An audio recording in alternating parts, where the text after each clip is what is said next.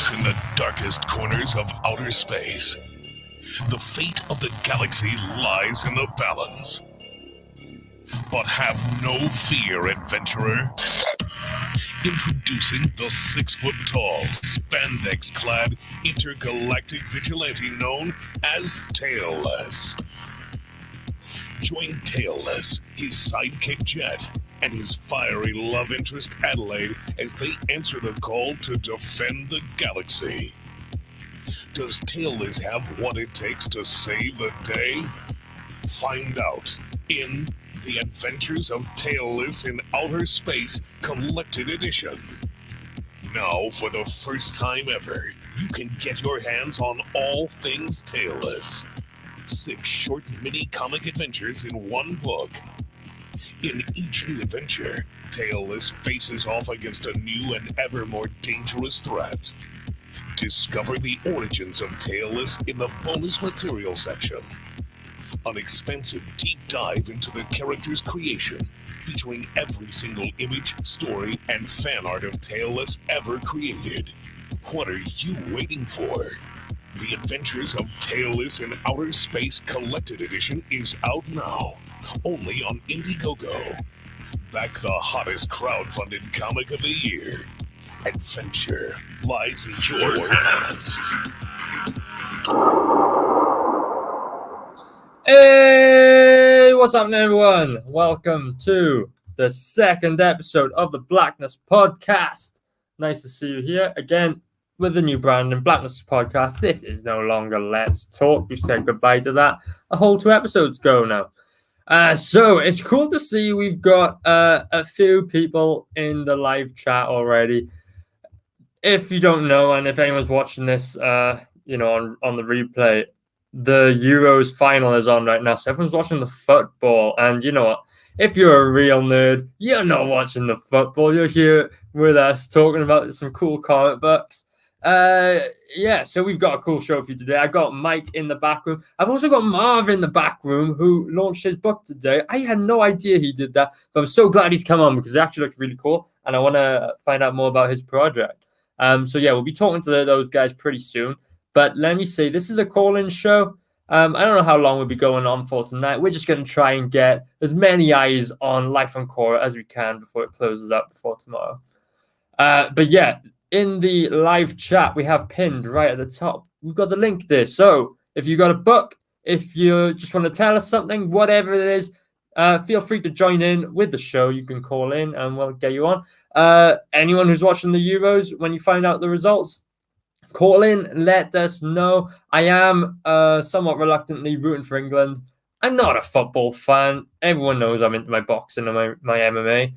But I don't care about football. But just this once, since my buddies in the bargain bin are so excited about the football, I'll give it a go, I'll support them. Let's go England. Let's bring football home and all that jazz. I live in bloody Wales. It doesn't make any difference to me. But I don't want them to be upset on the bargain bin show tomorrow. So without further ado, let's get into the live chat. We got Genuine Comics. Yeah, half the world is watching the game right now, but good to see you here where where the real fun stuff happens. Good to see you, dude. We got Hex Allen. How you doing, dude? It was nice being on your show the other day. And good seeing you in a couple streams I've done since. We've got Doris. How's it going, Doris? My mother heard me saying your name on stream the other day because despite her name not being Doris, for some reason, we all call her Doris in my house. Don't ask me why. I don't know. We just do. Genuine says, epic trailer. Thank you, man. I really appreciate that. I enjoyed the I enjoyed the response I've got from it because there's a lot of hard work, Ahoy, hoy. Late, but it's not your fault. It's cool to see you. I thought you were watching the football as well, dude. What's happening right now? Give me an update. Let me know. Marv's here. He's in the green room. I'll bring him on in just a bit. What's Doris saying? Great sharing out the stream. Thank you. You can call me Dory. Okay. Oh, that sounds like Dory, like the fish. Cool. Good to see a whole bunch of people in the chat. Oh, Michael says he is watching. It's bloody boring. Are you a football fan, dude? I'm not, but I'll give it a go today just because it's a big match, Let me know the score. What's happening? I know we're in overtime right now. I don't know the rules of football. What does overtime mean? Who cares? Just let me know if England wins. Very cool. Very cool. Anyway, so we've got at least 3 campaigns to be talking about today, including my own. I'll do a cheeky little plug, but I'll bring these guys on together. We've got the man of the hour, Mike Jimmy himself, and we've got up, lovelies? from the Sin Killer. How we doing, guys? Doing great. Hey, Aria, thanks for having me. No worries. Awesome, man. Awesome. I've actually been really excited to do the show ever since we booked it because I'm enjoying. So ever since we decided to do a team up, Mike, I'm enjoying it every time I see you get new backers. It's like this is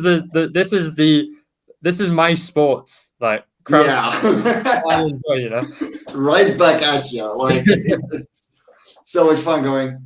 Would they be backing mine too? You know, or just the I wonder if they got both right now, and I wonder who it is and stuff like that. It's like I wish there was a betting service for crowdfunding campaigns, right? Like I used to be really good at predicting boxing matches and such. Like I predicted the Andy Ruiz defeat of Anthony Joshua back when that happened. No one believed me it was going to happen. I said it would. It happened. But then ever since then, I've just been on a downward spiral of bad predictions. Like I predicted the UFC last night. I got it all wrong. Like my favorite guy. It just went horribly for me. And it has been for a while. So I don't know how good I would be at predicting crowdfunding campaigns, but I'd give it a go, someone should make a sport out of Indiegogos. Oh man, that would not go well for a lot of people. No. What's Michael saying? He's saying, was that my fault? I might have clicked the button. Sorry, dude. I didn't mean to remove you. Nope, just wanted to see England lose. Michael's Scottish, I believe. So yeah, cool. I don't want I'm not if it was down to England or Wales, of course I'd support Wales, but I'm not going to support Italy over England, So there's that. Anyway, let me just ask Marv a couple of things before we get into Cora. Yeah. So how long ago did you launch? This afternoon at 3 p.m. UK time. We are 7.5 hours into your campaign then. That is so cool. How did it feel launching? Were you excited? I was so nervous. Mike knows the story that happened yesterday. Here in Portugal, we don't have we don't have our address in the driver's license or in the our citizen card. So Indiegogo was asking for the address to confirm the address if really it was me making the campaign. So always denied, and for hours and hours. Oh yeah. My wife had the brightest idea of bringing to me a letter from the government. So I took a picture of the of the government papers, and I just was accepted, and it was very, very, very stressful yesterday. Yeah. But answering your question, man, it's been crazy lately. I wanted to finish it. I was with pain in my hands because I work in the factory, sanding all day, with machine, and it's been very. I had to make a deadline so that I was able to finish it, because if I was just going to say I'm going to launch, but now all those 10 tons are away off my back, and it feels good, man. I'm here, I'm fresh, I'm not sleeping, but today I'm gonna sleep very, very well. That's good. I believe that, That is very good to hear. Genuine saying, what's Marv's project? I'll bring it up in a second. I want to bring up Cora before we get to that one. Yeah. But that is really cool. Welcome to the grind of crowdfunding comics. Thanks. That is fun. I know for sure. I'm just looking at your campaign right now off screen, and it does look very, very cool. I don't know if I didn't hear about this. Have you been streaming before? Yes, I've been streaming for almost 2 years. Wow. Yeah, almost 2 years streaming. He's a lot on Pops's ChromCon and Oh, yeah. Indie Vault. talking with Indie Vault. He's actually in the Indie Vault Revolt book. Oh, so cool. Yeah. I have no idea how I've missed you because I watch those shows a lot. but it's cool you showed up here. It's a cool looking campaign.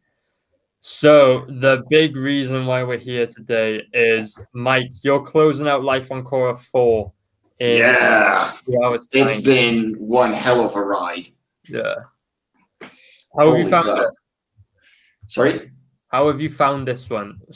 More stressful than the last? More fun than the last? Well, I found it more stressful.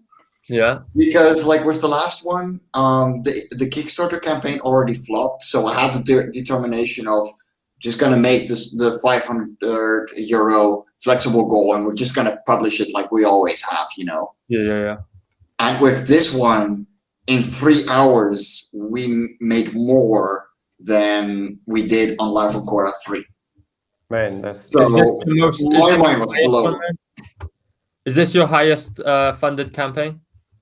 This is my second highest. The highest one so far is for Over a Coffee, the first anthology we did. So that is this book. Let me blow up your screen. So this has 12 stories by 12 different artists, all about coffee. Can you show us a couple of pages? Yeah, definitely. Let me show you all the styles in there because they are so different. Yeah. So. Oh, that's awesome. Yeah. That reminds me of someone, but for the life of me, I don't know the name. And you got the more rendered. Oh, wow. Mm-hmm. That's very nice. And the thing is, like, there's all kinds of quality and depth. Then we got, and these are all web comic creators pretty much, and a couple of first timers and everything. So it's been a wonderful working with these guys. And the only reason we could make this book is because on the last few days of the campaign, someone actually put down 1,600 euros on it, while we were only at 1,300 or something. Right. So, like, that's cool. Yeah, I screamed that day because I literally just woke up. Yeah. We had kind of given up on the campaign, and we were like, okay, we're gonna do the limited print run, and just send the copies to everyone involved, and keep a couple of copies to sell on our website, and that's it, And I just decided, you know what, I'm gonna check one last time. We got 3 days left, whatever happens, happens. And suddenly, instead of the 1,300 that I was used to seeing, was 3,000. Wow. So up like that. Yeah. So I literally screamed everyone awake at the house at the moment, and they were like, "What the fuck's going on?" Like, fucking look at this, That must have been awesome. Yeah, but that was exactly the same reaction I had when the 1,000 euro tier got taken within a couple of hours. Yeah. Like, I was gonna say that is both the coolest idea I've seen for a tier, and also a ballsy move to make a $1,000 tier. But that is a risk well taken. It worked. Risk well taken. It worked. What's going to happen with that now? The Global Frequency took it, and so he's probably going to take a pretty big writing role on it. He's pretty busy with a couple of projects, so it's on a slow burner. I got scripts up to Live on Cora 10 anyway, so I'm just going to keep working on it, and hit him up once in a while, like going, hey, do you have an idea? Do you think I can start working on a creature or something? What would you like to do with this? Where would you like to go? But it's going to be nice, easy going. It's not going to be this needs to be live for Cora 5. Like, no. Yeah. So when you start making it, then are you gonna make it part of the main series? Yes. Like, is it gonna be like say you do 4 and 5 now? Is it gonna be issue 6 then, or is it gonna be if between 4 and 5 he comes to me and we're like, hey, I got the story idea. What do you think? And then it could be 6. It could be 7. It could be 8. It could be 9. cool. But it will be a canon story. It's gonna abide to the rules that I set for this world. Yeah. But it's gonna be it's gonna be a story in the series. That's a really cool idea. That's something really original. Can I make a question to Mike, please? Yeah. Do you? Well, this is in Cora is a planet, right? An alien planet. Are you thinking about putting aliens in that planet? I'm not saying humans going to visit the planet, but other beings going there to visit them, or are you focusing only on putting on knowing the audience know about the creatures that lives in Cora? I'm mainly focusing on the creatures themselves, and that's because I really enjoy the world building aspect of it. I'll do little spoofs and cameos like I did with Taylor's spaceship with the crossover stuff. But for the most part, I want to keep it contained to the world. Mm-hmm. So it's not going to be visited by another alien race or something. You call these like creatures, but they're not like animals like we have. Like they're sentient, right? They Not all of them. Like there are background creatures that just live their life like. But the main ones, the ones the books are written about. The ones the books are written about are at least like semi-sentient and self-aware. Okay. Yeah. Or they won't be, but they have a thinking level and anthropomorphizing them to a point where it's easy to follow for both children and adults. Yeah. Hey Nev, speaking of the devil. So I'm Ariel now apparently, but well, Arial Black is a good font. That's a good point, It's not my favorite font, very often used. Good to see you, Nefarious. Nice. Man. I just noticed on Twitter, there's a couple of people sharing the stream, like Doris right now. Let me just say a big thanks to you and everyone else watching. Do me a favor, share this stream out. It's very important because we've only got so much time now before Cora closes out.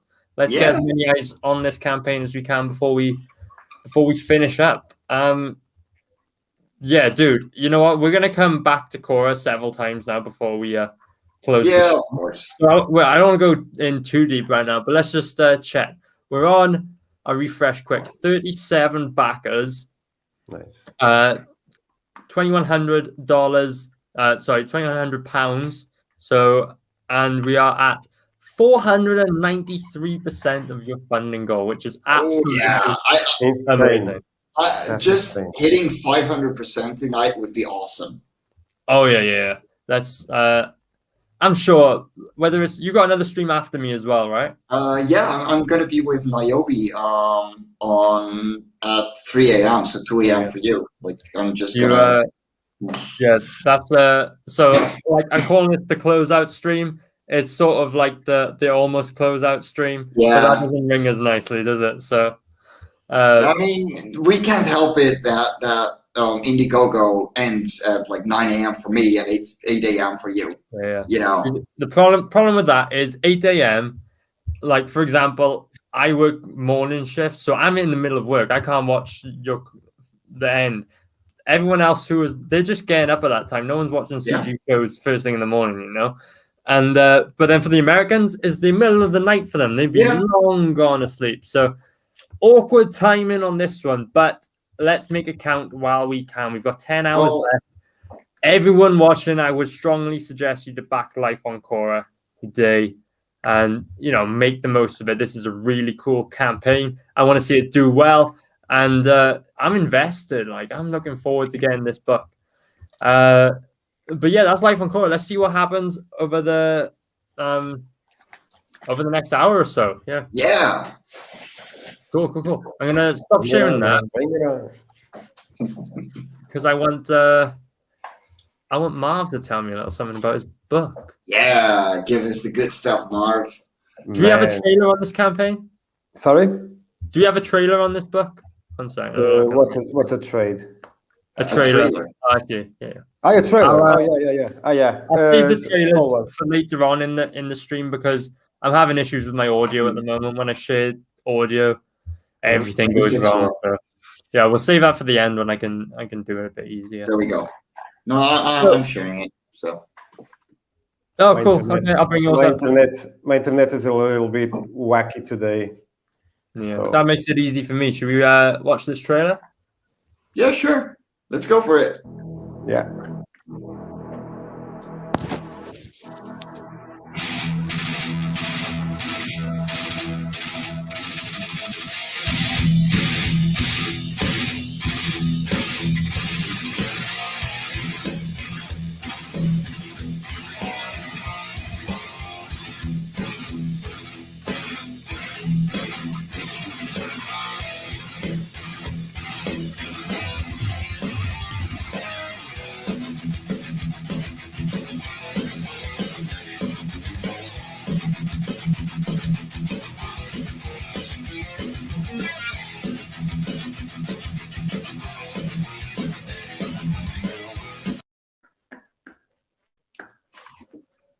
I think that looks absolutely awesome. Although, thanks. Do you guys know who Jeremy Corbyn is?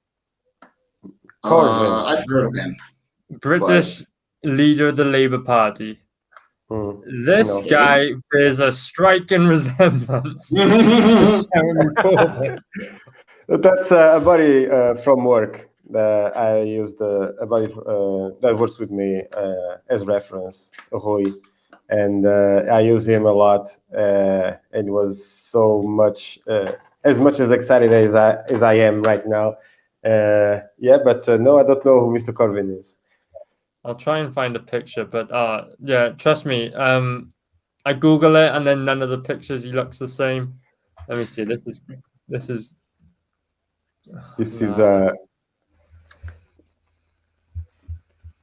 Hang on. Oh, I gotta find a good picture.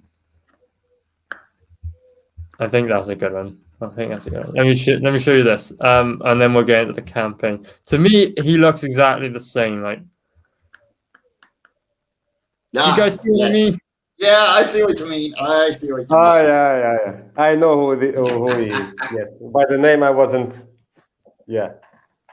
Like, yeah. Okay. Put that to the side. Anyway, maybe if he sees the show, maybe he'll buy the book. Who knows? Maybe. I doubt it. He's not a huge fan of capitalism and all that. So, yeah, dude, tell me a little bit about the Sin Killer Revelation. Yeah. So, Revelation is when John unleashes power, because you will know in the one of the books that I'm going to make after where he come from. He was an orphan, and he was born with that power. So his power is to bring back the dead.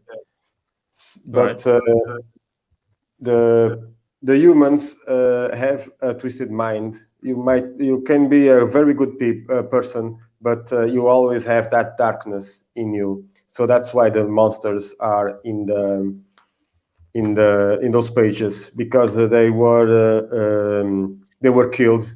They were soldiers in Vietnam. They were killed, and then what they wanted to do was to come back home, and the pain that they felt, and they became so angry that they would not be able to come back home. That when John unleashed his power, they became evil. So that's why John, when he came back, you will see that in another book, he will adopt a dog, Thor, but he will call him Michael. He was a fighting dog, and he also brought back to life a raven called Gabriel. But that will be in the second book. In here, you have just a little bit of who he is and what he does. He buried people alive, bad people, and then Michael and Gabriel will torture them after he buries them alive. So if they come out of the grave, they will hunt them down and they will punish the guy. Very cool. Very cool indeed. Thanks. So this guy, is he a priest or something? Yes, he went to war as a priest, but then he's a little bit confused, and you will know that later on. He's a little bit confused because he don't know if it's the work of the devil or a bad experience made by God. So Michael is a Doberman. He is dead, but you don't know nothing that on the book. You will know in the next one. And his power is to bring back the dogs that he killed when he was alive. And Gabriel is a raven, was killed, and he brings back also his entire flock that were killed too. So they hunt bad people, and John put them down into a grave, buries them alive, and then Michael and Gabriel will finish the job. You gotta be very, very bad people so that Michael and Gabriel will hunt you down. Oh, cool. I'm getting some echo on my end. Say something, Mark. Marv, rather. Yeah, I'm not listening now. That's fine. I'm gonna I'll take control now, Mike. Thanks for sharing that. Yeah, no problem.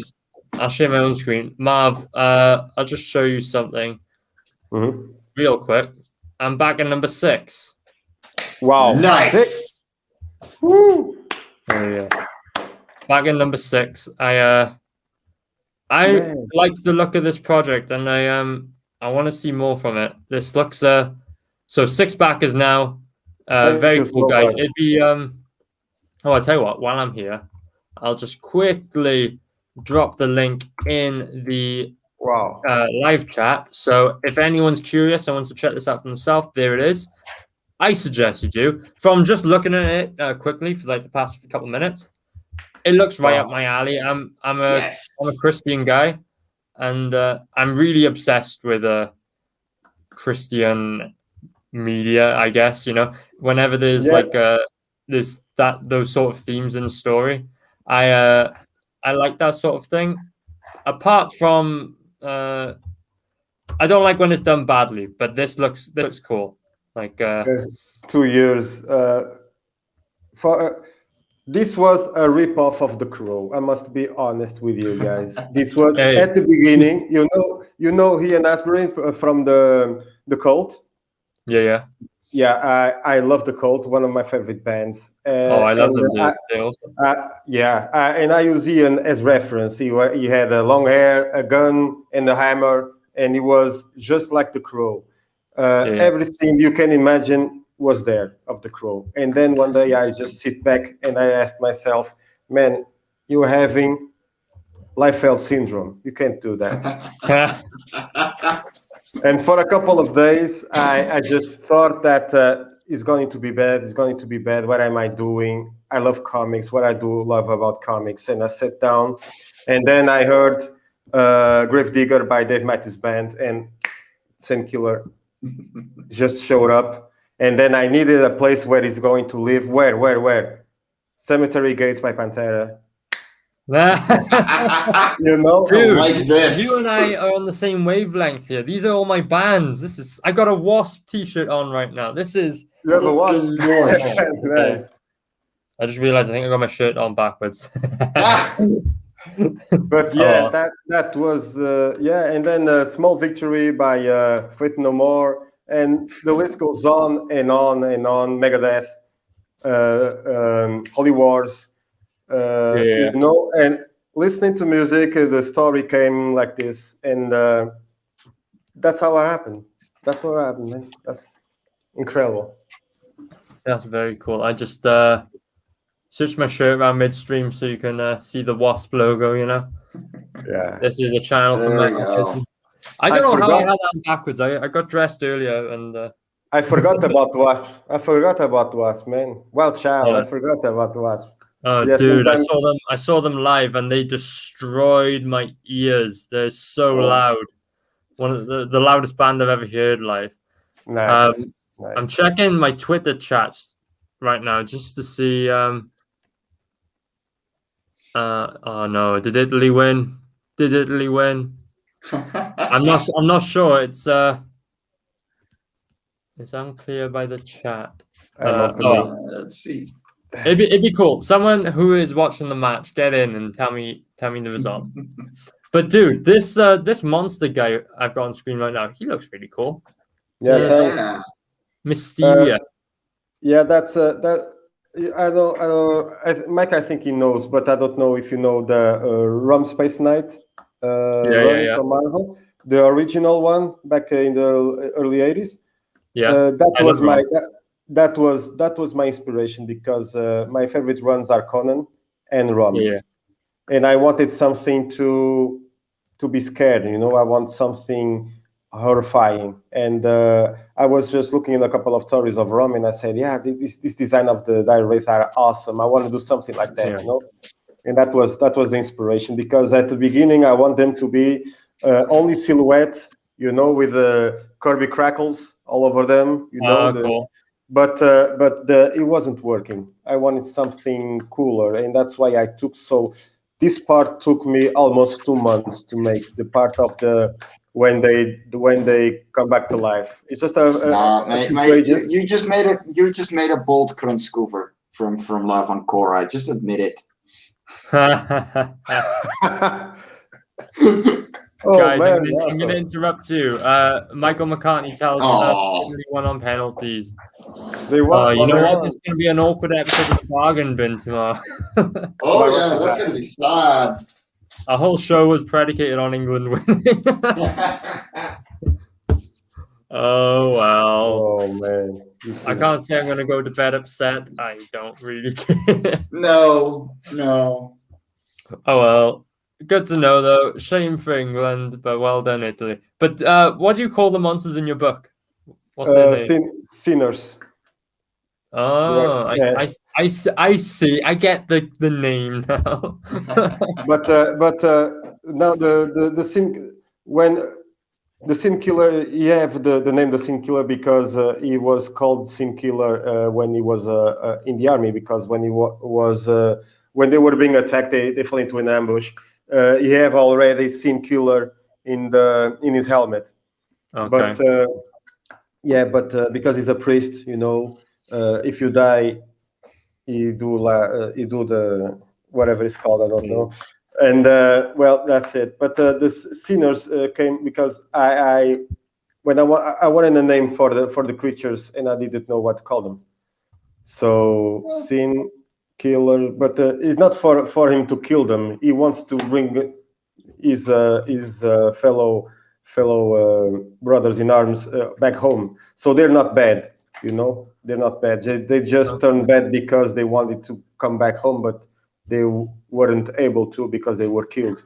And when they came back to life, they became those monsters because they felt so much pain inside them. Yeah. You know. So John promised them to that he will bring back those guys home, and he did that. Very cool. You don't see it, you know, but you'll find out that he will bring them back home. But the story is not about that part, because this book have two mini stories. That's the Vietnam part and the beginning when we are introduced to John, Michael, and Gabriel. This is just a part of the book, and the main is not the main story, but they both main stories. But you have a little bit of his past and a little bit of the present, because I have two types of two styles. Okay. Yeah, I have that sounds good. How big is this book? 32 pages, 31 story, and but it will be a 32 pager. Oh, very cool, very cool. It looks great, dude. It really does. It looks Thank you. right up my alley. This kind of story. Thank you. And I can I want to redo your trailer. Okay. Like with a cool movie voice, like Jeremy Corbyn is the Sin Killer. Who did the voiceover of your trailer? That was awesome. That's some guy on Fiverr, just random voice actor I hired. Man, that was awesome. Good, right? Yeah. Like that trailer is fucking A tier. Seriously. This book looks nice. Is this just a render or are these actual photographs? No, that's a mock-up I made for it. Yeah. Oh, cool. It's you helped him out with this. Yeah. Oh yeah, no. Mike did almost everything there. Almost. No. Yeah. I didn't do all that much. I added some images. I checked for the spelling because Marv is really not a native English speaker. Yeah. But that's pretty much all I did.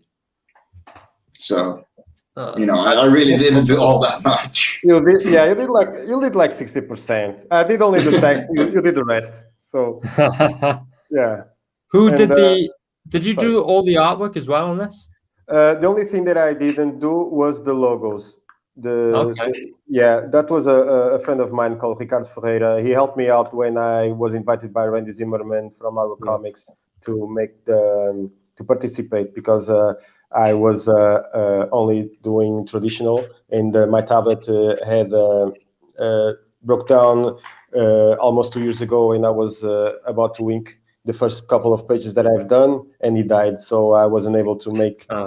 And he looked at me and saw that I was very passionate about the project. He also liked it, and he said, "Man, I'm gonna help you out. I'm gonna do whatever I can digitally. You do the drawings," and he made also the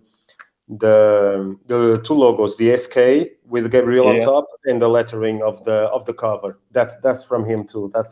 That was an amazing job. Perfect. Yeah, it is. It's awesome. Sorry to hear that, but very. I got to say, the artwork is very nice. Thank you. Made a good product out of this. Rob's in the chat. How you doing, Rob? Get in here, dude. Come join us, Rob. Probably late for Rob, but get in here, man. What are you doing? It's live on Cora Closeout. Yeah. Yeah. We gotta count backers together. This is looking very cool. Thank you. This strikes me as very Mignola-esque, Mike Mignola. Yeah, because this is my first comic. I never done nothing like this, I never done. I was a freelance illustrator, but traditionally, I was only doing everything traditional for 10 years. I draw for 25 years, 30 years, and this is the first time that I'm been inking and coloring, and the lettering is very limited on Procreate, but I think I was managed to draw some letters myself, and put some effects there in the screams and whatnot. But thank you so much. This is the first time that I do something like this. Yeah. I wouldn't have thought it's the first time. You've got quite a polished product here. Let me say hello to the graphic boost in the chat. Nice to see you here, dude. We've got a few people coming by today, which is nice. Not many people all at once, but a fair few faces joining. I was half supporting Italy anyway. Yeah, well, we Welshies kind of half-heartedly support the English, right? Creators Outlet. Hey, what up, Will? Coming out, man. Good to see you, Will. Nice to see you here. I need a drink. I'm out of breath. I'm gonna go grab some. Cheers, man. Cheers, dude. Are we gonna have a party or something when Cora closes out? No, because I have to work on Tuesday, so I would die. Oh, shame. Let's Like, go through the tiers on this, and then we'll check back in on Cora. So Yeah. we've got what's this? Yeah. Just the standard 32 pager. Yes. Very And cool. Full color, I, uncoated I, paper. Go I on. decided to give to every backer at the end of the campaign. I'm going to start drawing new stuff. You know, I have a tombstone, the sinner's tombstone that will be John, Michael, and Gabriel looking at a stone, a tombstone, Yeah. a big one with the name of all the backers, and everybody at the end of the campaign will have lots of drawings, but digitally, you know. But I'm gonna give as much as I can for the backers because without backers, I'm nothing. So that's one of the things that I'm going to do is give that. And the first backer, Michael, got an original piece, and 25, 50, 75, and 100. If I get there, everybody. When I reach those goals, 25, 50, 75, and 100, I will select also people to get original art too.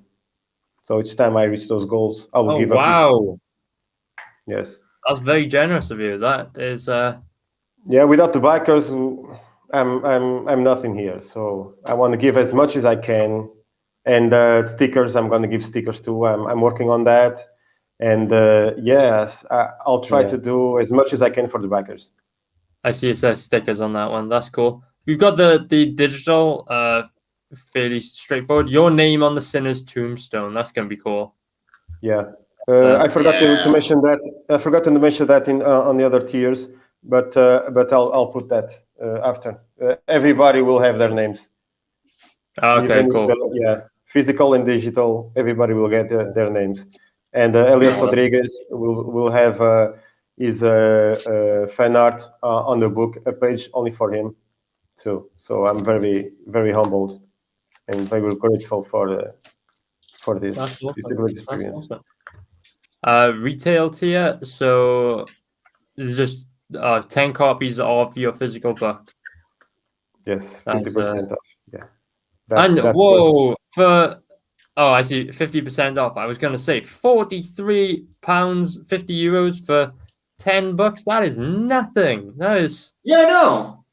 Guys, get in on this while you have the chance. Like, that's what you would spend on just one book elsewhere. That is that's That's about crazy right. good. If I win, Marv can get some this Portuguese one too. rice. Very cool. Very cool. Dude, this campaign is looking great. I'd like to see more tiers, some other merchandise. I wanted to make it very simple because I had ideas for t-shirts. Ricardo had ideas for t-shirts, but I was advised not to make this very confusing because this is my first campaign. I'm still trying to understand how this works. You know, this is my first campaign. I don't want to mess up. I don't want to say people that you have this and that and fail.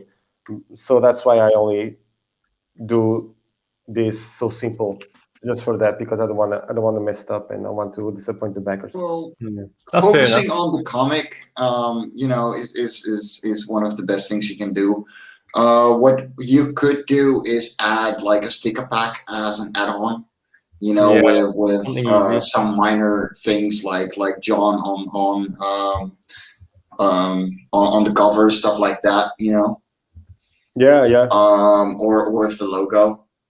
But you Yeah, know, the keep it logo, simple, yeah. keep it focused. Yeah, is that Portuguese? I don't speak Portuguese, so Muito cuidado, very careful. cool. Yeah, Rob's the language guy, if you didn't know. But dude, we're on 27% of our funding goal. 6 backers, £142 so far. That is very nice to That's see for a awesome. campaign that launched. Oh, how many hours ago now? Just about 8. 8 hours ago? Yeah, Wow. something, Yeah. yeah, something like that. Yeah. How 34 days left. That's a weird number. Are we extending at all? No, I'm gonna finish it on Friday the 13th next month. Oh, that's Yeah, I convenient. choose that day because Nice. every time, yeah, I love that. I love Friday 13. Not only the movie, but the day because I don't know why I'm always very happy like Christmas that day. I don't know. So that's why I choose that day. First, I was thinking about making a 60-day, but then I was advised not to because it's too much, and the stress will hit me hard at the middle of the campaign. So yeah, I wanted to make 30, 34. I think that Okay, it's okay. that's fair enough. Will says he will be back and just waiting for payday, I guess. And then Rob says this, but God knows what Rob's saying. Yeah, Falou no. Portunhol. What does that mean? Portunhol is like a slang. It's like he spoke. I don't know, slang, something like. We have Portunhol with an after the N, the H. Right. You know, but no, I don't. God knows. Dude, this campaign's looking very good. I'm looking Thank you. forward to reading this. Oh, I just noticed we got a new guest. Nice. Ben, what's up? Hey, good to see you, man. How's Hey, it going, Ben. boys? Hey, man. Hey, Marv, Doing how are you? Nice to good. meet you. Yeah, likewise, man. Are we still doing the It's Coming Home stream tomorrow? Yeah, we're still doing it, but doesn't It didn't come home. We're gonna we've got a contingency plan. So basically, it's the same thing, but for Italy. Yeah. So we're basically gonna do a quiz. There's 4 topics: general knowledge, food. What's the other one? Maybe it's movies and women. So if you want to find out about some Italian women, play along in the Bargain show tomorrow. How you doing, Ben? Good to see you. I'm okay, man. I'm doing good. I was just at the Bogota flea market, trying to find some fun toys to look at for on Saturday. Cool. Yeah. Ben's invited me back on his show next Saturday, which I thought was really cool of him. We're gonna do some more action figures and toy Nice. videos. That's gonna be cool. And yeah, Catch me up to speed. What did I miss so far? Okay, cool. Marv just launched Sin Killer. Cool. I'll show you real quick. This campaign, it looks really good. It's all Christian themed. This guy can bring I like that. back from the dead. I'll be honest with you, this looks like my kind of book. Yes. Yeah, thank you. This guy was obviously in a war, and he's got these crazy powers. He's fighting these monsters called the Sinners, hence the name. And I think he looks like British politician Jeremy Corbyn. So yeah, that. The demons are the friends that they died. Okay. He brought them back to life. You brought Are them they back like- to life. Yes. They're like demon possessed, something like that. No, they were ambushed in Vietnam. John is the only survivor, and when he was about to be executed, he used his power and brought back to life his colleagues. But they were about to go to an LZ to go back home, so they were killed before they reached the LZ, and the pain of not coming back home just made them go like crazy. And John, So they're like ghosts. ghosts, lizards, something like that. But yeah, yeah. Lizard ghosts. Lizard Yeah, ghosts. physical lizard ghosts. Yeah, I got it. No, it makes sense. They're like, they're like lost souls in turmoil that are like Yeah. angry Yeah, and something like violent. that. Yeah, because out of they place. weren't able to come back Mhm. home, and instead Right. of only rising from the dead, they became that because they felt so much pain of not coming back to their Right. families. Their resurrection didn't go the way it was meant Yeah, to. yes, but Yeah, I Michael, got you. the dog, and Gabriel, they came back naturally. They came back. They are not human. They don't have the sense of vengeance or the sense of being bad, because a dog and a raven, they are very faithful. And when they come back to life, when Michael brings back the dog and the raven, they became themselves, but with dark powers, but not monsters. So you have a lot of characters named after Christian archangels. It sounds Yes, like. I was raised as a Christian, but I'm not a believer. But I do know a lot of I Christian. am. I got Raphael right here. Yeah, Huh. I've got my Coincidentally. everything. and I on. love Christian. Nice. Christianat. I love everything religious. I love, but I'm not a believer. But I really do love the art. Well, And mate, you're not the story. first one to use, Christian mythology to write a cool comic book. I mean, that's Todd McFarlane, isn't it? Yeah. Well, yeah. Well, he was very loose with the Christianity part. I mean, it sounds like Marv's being pretty loose as well, so Is that's it- okay. Yeah, like I enjoy seeing, the crucifix and that sort of iconography, right? Like there is stuff that does it wrong in my opinion. Like I watched Handmaid's Tale recently, right? Yeah, And the Christians were just Nazis, right? Yeah. yeah. So that actually, I had to stop watching because I was boiling with rage after episode 1.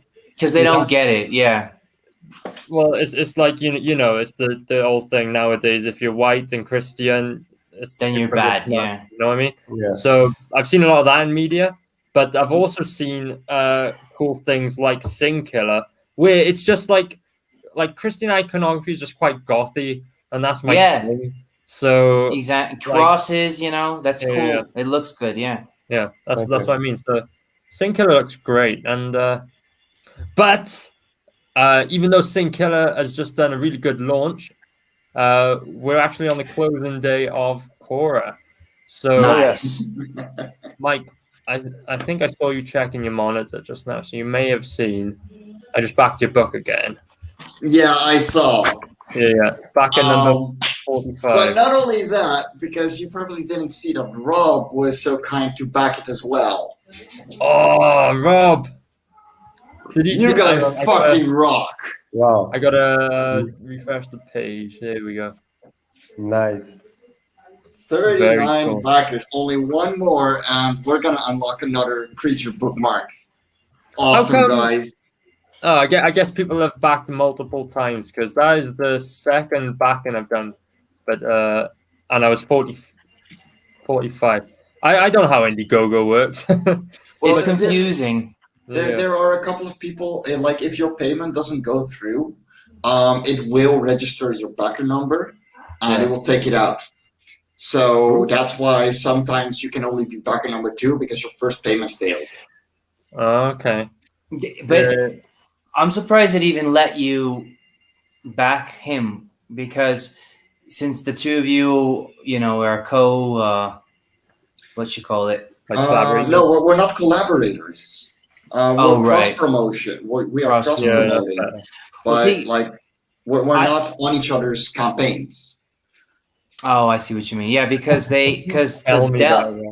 because Dell, backed my campaign and Indiegogo refunded him the money and emailed us both and said that's not allowed. You can't self back.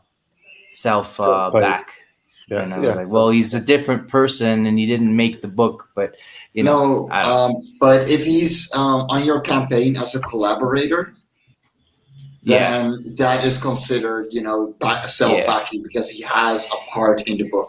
Right. Yeah, it's a funny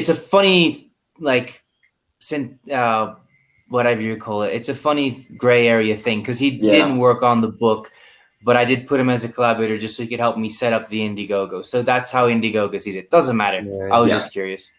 Yeah. But I'm excited. I'm going to be getting all the Cora books plus the Nina variant cover. And I'll be honest with you, Mike. That Nina cover is my favorite. I actually haven't seen the trailer. Well, I guess I should do that on my own time. You've probably shown it already on the stream. We haven't shown it yet on this one. So I want to see it. Let me share it for you. So do you still have audio issues? I can do it. It's no problem. I got it right here. I can do it. I can do it. I hope I didn't Do sound it. like that.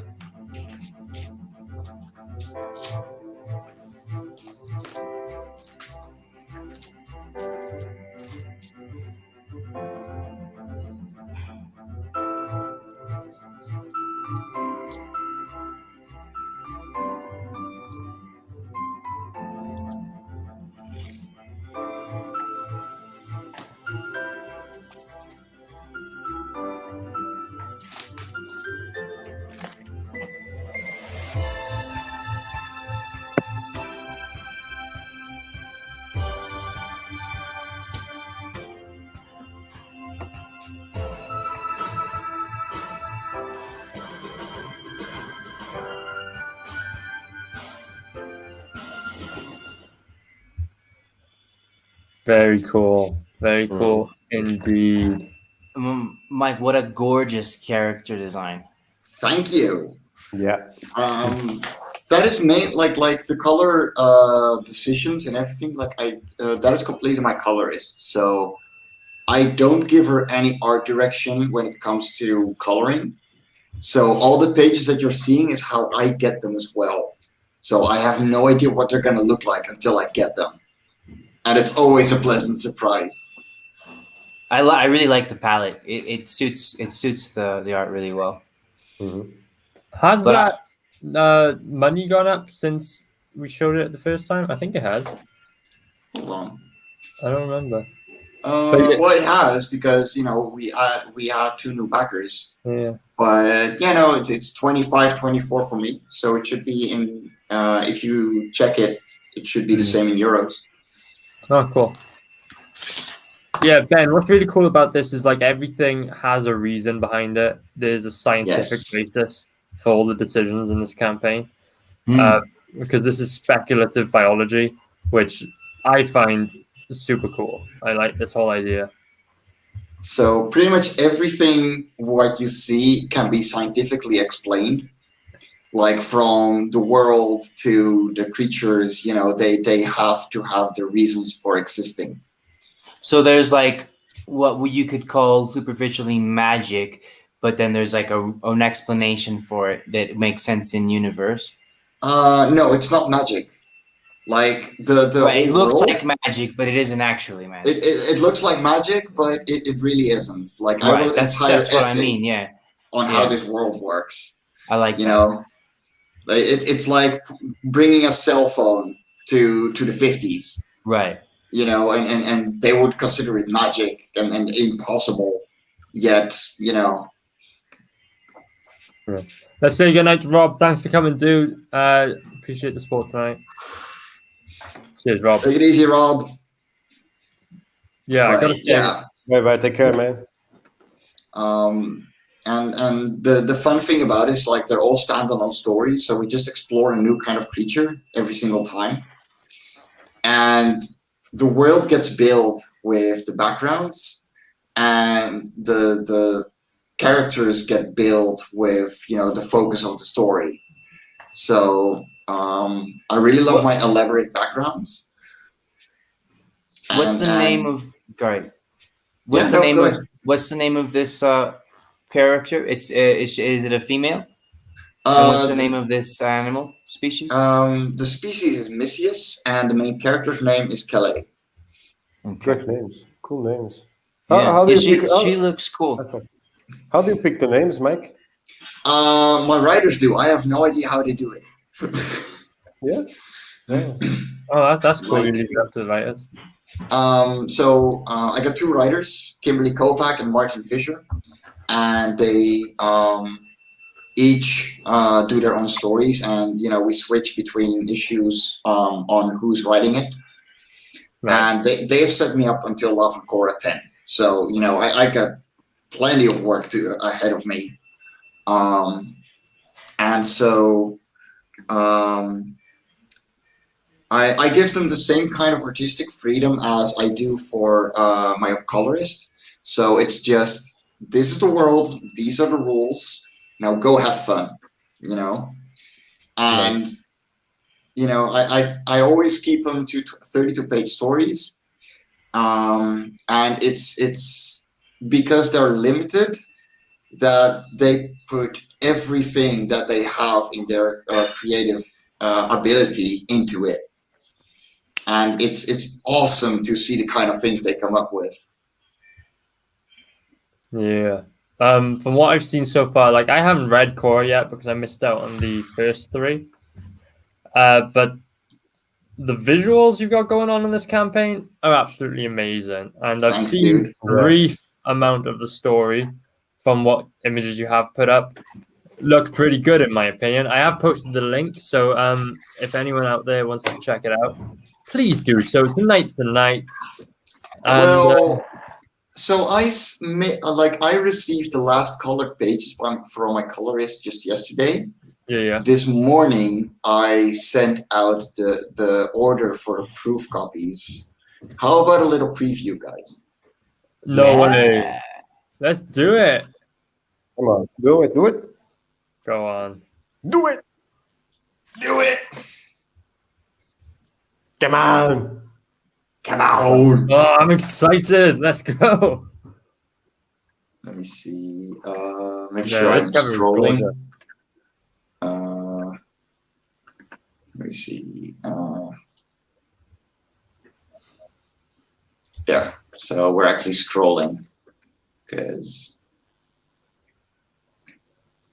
it's not going to be happy about it because PDFs take a lot to render. Yeah.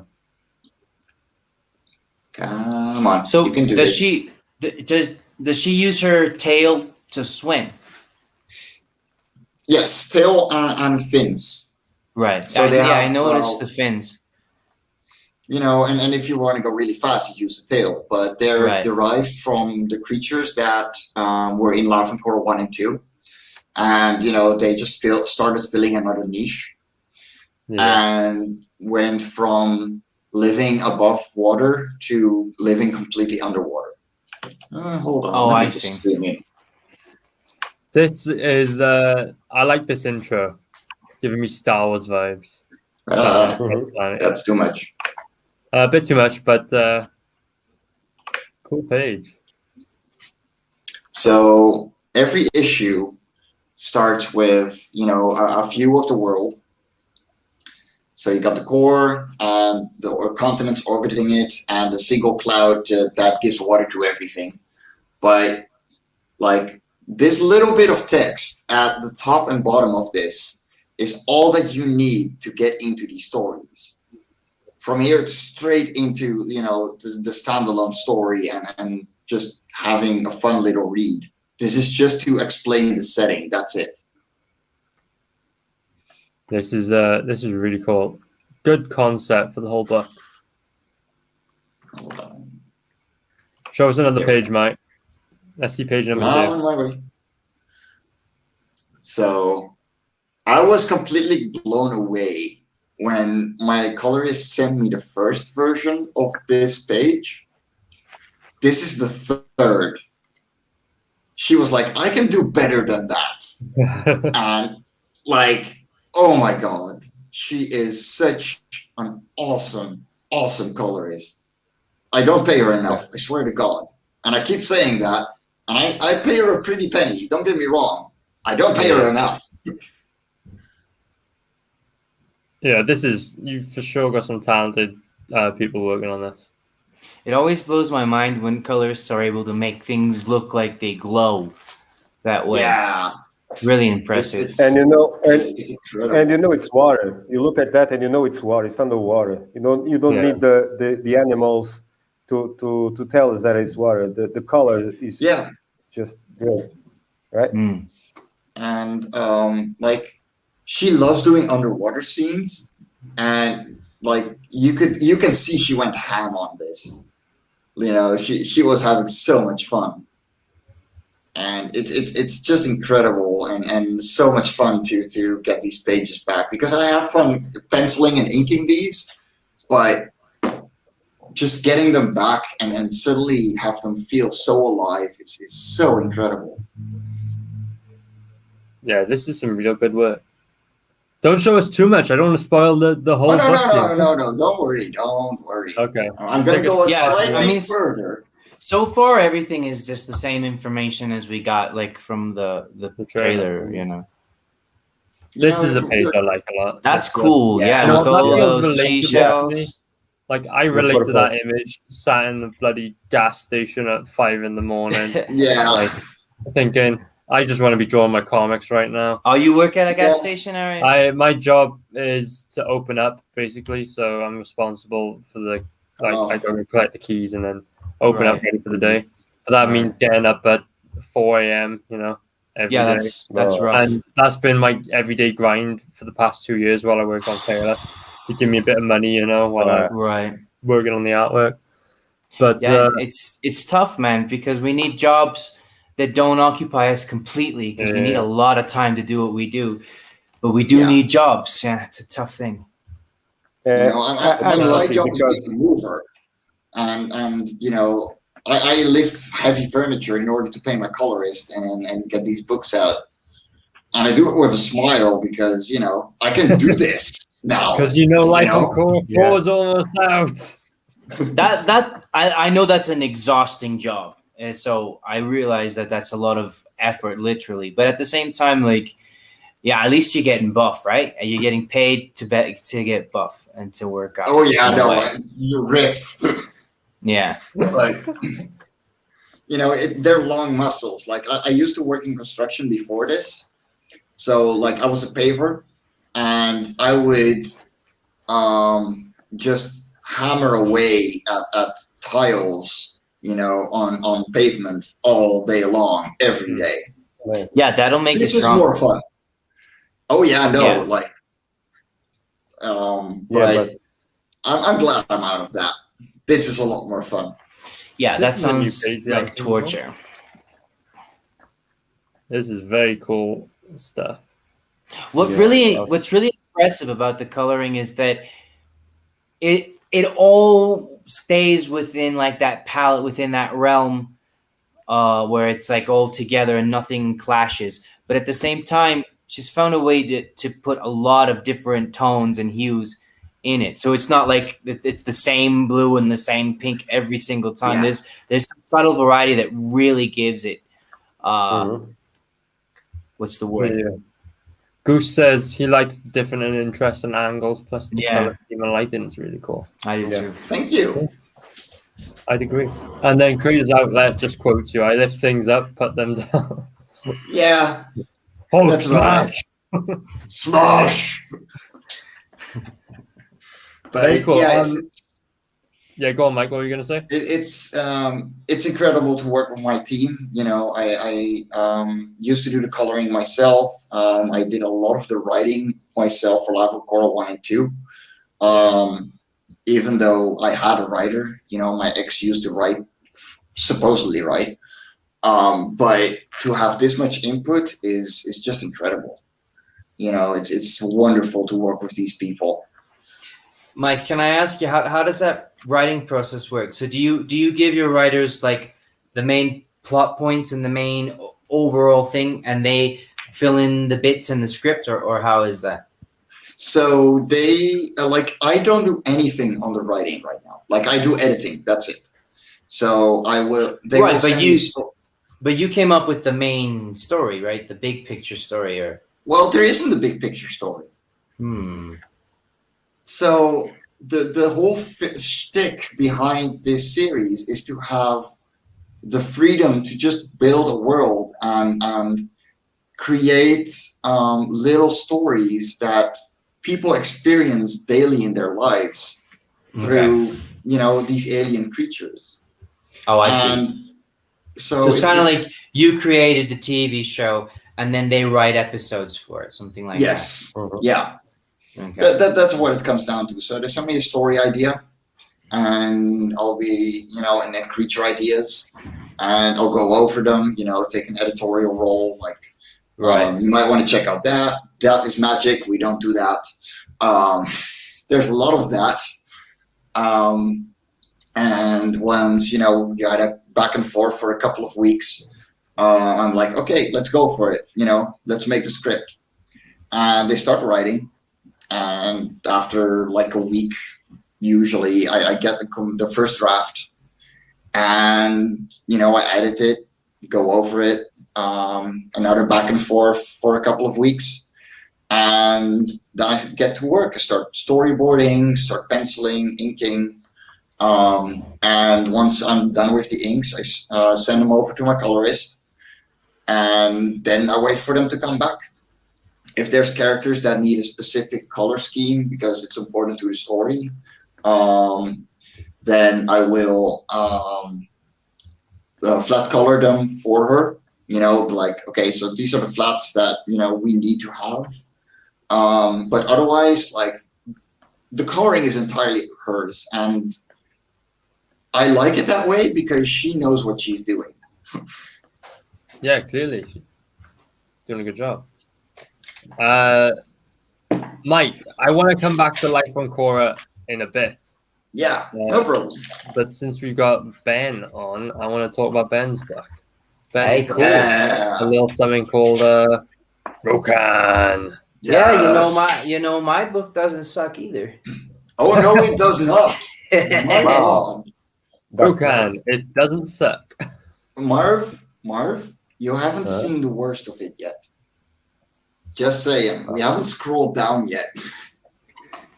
Yeah, I'm very lucky that the novel that I wrote was very appealing to a magnificently talented artist. So I was able to I just sent the manuscript, not even the whole thing, an excerpt of a novel I wrote to an artist on a whim, and he fell in love with the story, and we started collaborating on the comic book version of that novel.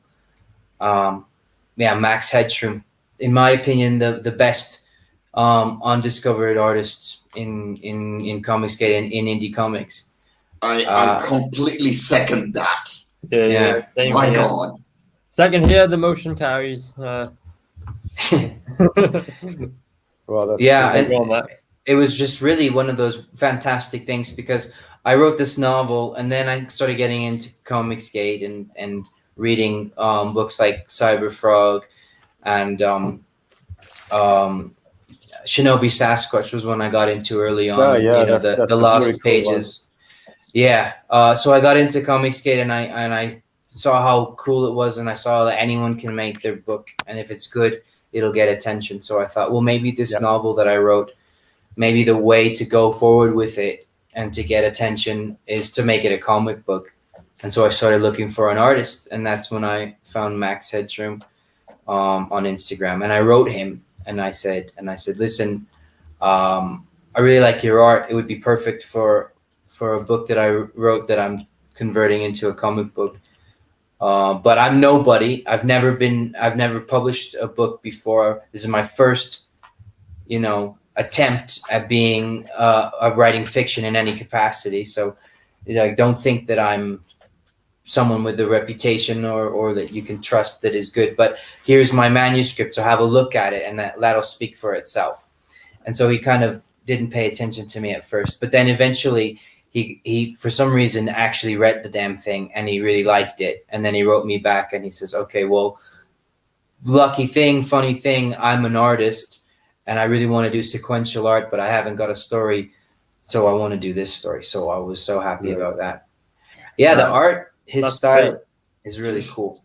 Yeah. How did you discover Max? Was it a case of just searching Instagram, or did someone clue you in? Yeah, I literally just told Instagram to show me everybody that was hashtagging Comicsgate. And I just scrolled. Oh, cool. I spent a few days scrolling through that. And when I saw his work, I was like, this is what I want. If I could get this guy, that'd be great. Independently joined Comicsgate then, and then you came together, right? Right. Well, what happened was I messaged him and I said, I want to make a book out of this novel that I wrote. He read it and he liked it. And he said, yeah, I could definitely work on this story. I like the story a lot. And Max said to me, but if we're going to make comics, I want to be Comicsgate. And I said, yeah, me too. That's what I'm trying to do. So that was how that worked. Oh, that's cool. I like that. I like that a lot. Good origin story. Yeah. Yeah. Seriously, man. Like, Two like-minded Yeah, it was- people brought together by the magic of the internet. oh yeah. Yeah. Sounds almost like a romance. It's sort of like a romance in every way except sexual, you know. Yeah, wait until you meet in person. If you're into that, we don't judge. Yeah. So yeah, yeah. We spend all the time talking about Max's artwork only because that's it's in your face on the campaign. But how have you found writing the comic book after writing the novel? Was it difficult to adapt? It was difficult, but it's a very rewarding and very fun process because obviously in a novel you have to be really verbose and you have to describe everything that you want the reader to know. You have to tell them explicitly. Yeah, like you can be kind of clever and coy in some ways, and I'm pretty good at that. But at the end of the day, it's verbally. All the communication is verbally, obviously. So it was a little bit difficult for me at first to figure out how to be a little bit more conservative with the words, because obviously no one wants to read a comic book that's flooded with text, you know. Yeah, unless. But at the same time, there are some writers that are really good at giving you a little bit more to read than most. You know, I always say Neil Gaiman, Alan Moore, Matt Wagner. They're really good at that. So I've been reading a lot of the writers that I appreciate as comic book writers and sort of learning from them how to do it. And then the storyboarding for the pages is a lot of fun too, because I get creative. Yeah, I do that. I do the layouts for the panel layouts for every page. So Max just has to fill them in. Oh, that's interesting. That's a lot of fun to do. How long it took for you to make this book? Between the process of creating the comic. That's a good question. It was slow at first because, I mean, despite the fact that he and I are a really good match and his style goes well with my world, it took a lot of effort to come up with like character designs, clothing designs for different cultures and for different nations and things like that. So we took our time doing that and getting it right. So that took a long time, even though it wasn't anything. But once we started, because we had kind of invested time in creating the world visually to match the world I had created as a novel, because we did all that, made all that effort. Now that once we got going with the script and drawing each page by page, it's been going pretty fast. So all in all, we've been collaborating for about a year. And it's not too much. Yeah. It's not too much. No, it seems like a long time, but yeah, that's just how long it takes. Time, isn't it? It's time it's getting time used flies. to the process. Yeah, exactly. Mm-hmm. You know, it's trial and error the first time, then understanding a bit the second time, and at the third time, like you're just gonna roll on through. And I feel like we've already gotten to that point where he really understands the world. I really understand what he's good at drawing and how he likes to draw things, and like we've set up a really good system for how I do the storyboards and the scripts, and then him drawing them.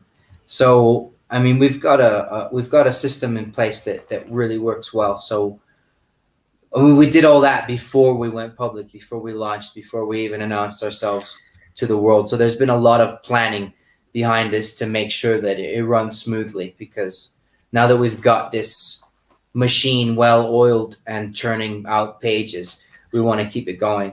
Issue 2, issue 3, issue 4, forever. Nice. Yeah, that's cool. And how far from each other are you? Very far away. Max lives in the Midlands in England, and I live usually in Florida. Right now, I'm in Colombia. So yeah. Okay. Is Max a football fan? Purple? Is he a football fan? No, he's not. I know because of the final. I forwarded him videos of my English friends terrorizing everyone in Bogota. There's a mob of like 20 English books just shouting and drunk at like 10 a.m. and singing their songs. And I forwarded him that because I thought he would think it was really cool, and he was just like, "Yeah, I don't care about football." I was like, "Okay." Typical nerd. No, he's not a nerd. It's because he's even more hardcore. He only cares about fighting. Okay, yeah, then Aria and Hike and he can talk. Yeah. They have. Yeah, I like doing streams with Ben and Max because like after the stream, we're always like, "Oh, so who's gonna win this weekend?" Nice. Ben, off topic, but you don't understand how depressed I was this morning seeing the Mate, result. I do because I was as well. Yeah, I guess so. So many fights went the worst possible way that they could have. And, I was like, and like you, I care more about it than I should.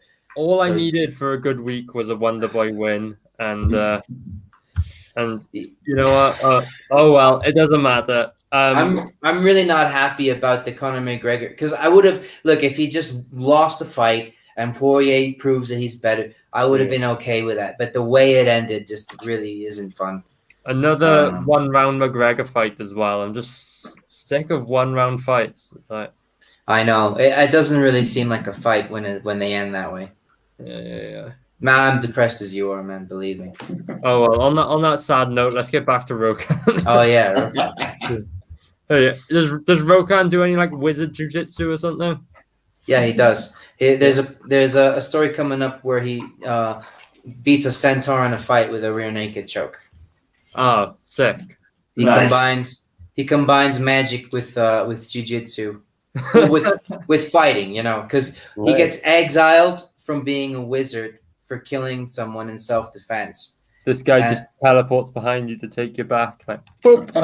Exactly. Can you imagine? Muscle wizard.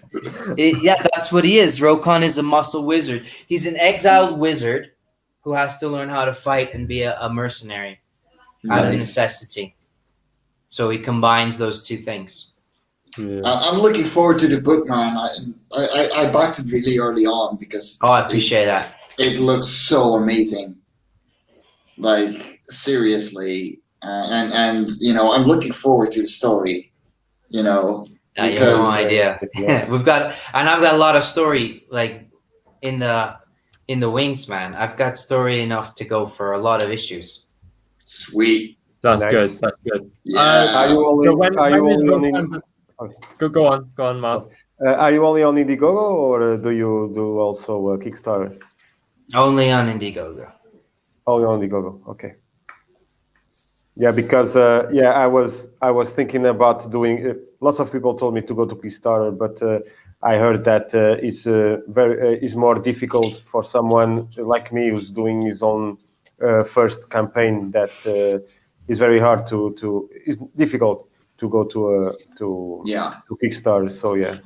Okay. Yeah, I'll be honest with you. I'm not really clear on the differences and the pros and the cons of each one. All I know is that the books I like are on Indiegogo, so that was the reason I went. Yes. Those that I like too are most of them are in the Indiegogo too. And I had problems with the Kickstarter because I don't like the payment. Yeah, the payment.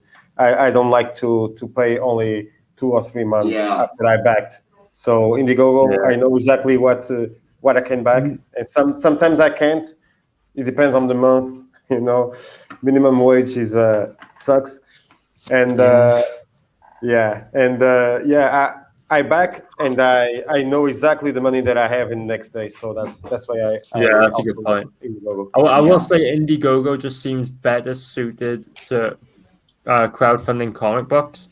Like if you would do some sort of like technology or some event or something, Kickstarter maybe better.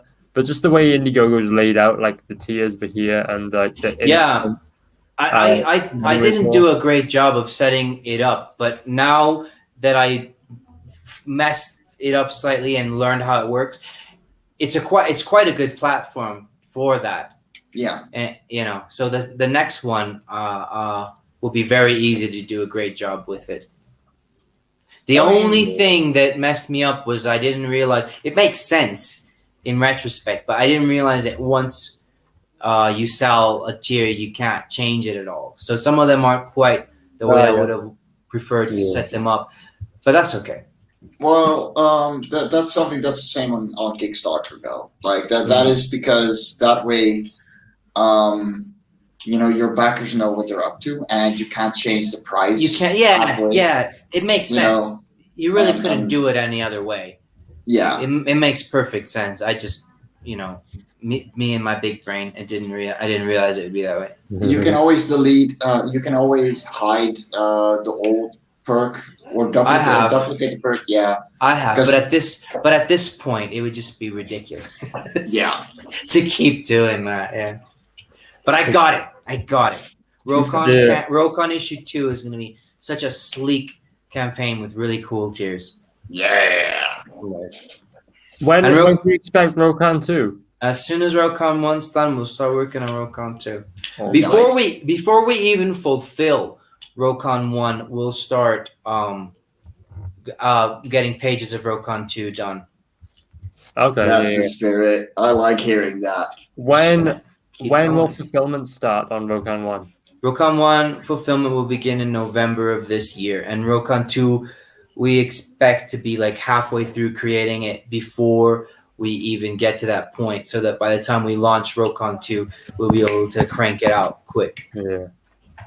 Very cool. Ben, I want the Tailless Rokon 2 team-up card for my next campaign. Yeah, 100%. Nice one. We're going to get Max to do it again because he nailed the first one he did for me. And I want an Easter egg because one of Rokon's powers as a wizard is that he can summon animals from other worlds. So yeah. I want to have either something that Rokon sends away through a portal show up in a Tailless book or vice versa. I think that'd be a fun thing to do. I like this. Oh, dude. Hit me up with Life of Cora for that one too. Yeah, I could do that with Life of Cora as well. Yeah. Tailless is like, what the hell is that? And something like that. Yeah. Very cool.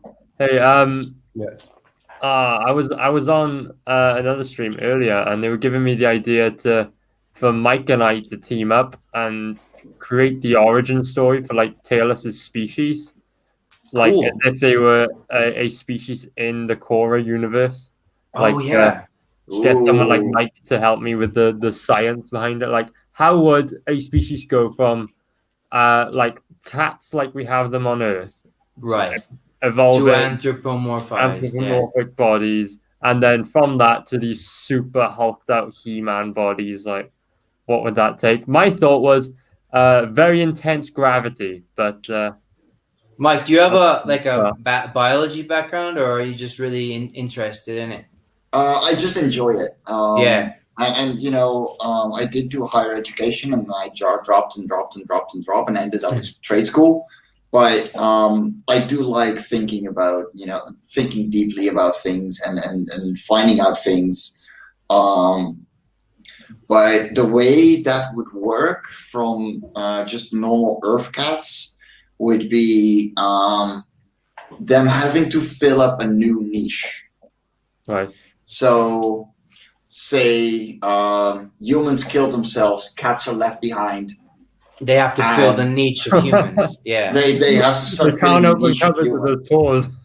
Yeah, like they have to grow thumbs, and but then they can't reach up on the counter, or can't jump high enough, or get into the cabinets to get to the cat food. Right. So they're growing. It's like you could do a story area where it's like I Am Legend world where there's no humans. Humans are extinct, and the cats need to get to all the goodies the humans left behind. So they need to evolve human-like traits. Yeah, not bad. I like where this is going. Yeah, no, but you got to think of it. Do you know what toxoplasmosis is? No. No. Sounds gross. Go on. It's very gross. You have no idea how gross it is. It's an airborne virus that makes people overly aggressive. That's transmitted primarily from inhaling cat urine. So you could have the origin of Taylis's species be that there was a hyper strand of toxoplasmosis that made all the humans crazy, and they killed each other off, and the cats replaced them. That would be cool. Yeah. That would be I like so having silly. writers on stream with me because it's like boom, boom, boom, boom, boom, ideas. Bro, it's a very important thing to do. Like I talk like my story and Dell's story, Dell, the writer of The Immortal Asadi, they've got very little to do with each other. Different worlds, different universes, but like just he and I talking like periodically helps me figure out a lot of ideas in my head and solidify them and expand them. So cool. It's a necessary thing for us writers to talk to each other. Goose says, does cat food last for the 12 million years it would take to evolve? Like, imagine that. Your species has spent 12 million years evolving, but in that time, you've also evolved like human taste buds. So, oh dear God. Right. Well, they're replacing the human niche. So that means that they evolved to have human tastes as well, like, and preferences. Well, not entirely, but you know, their need for certain things would change. You know,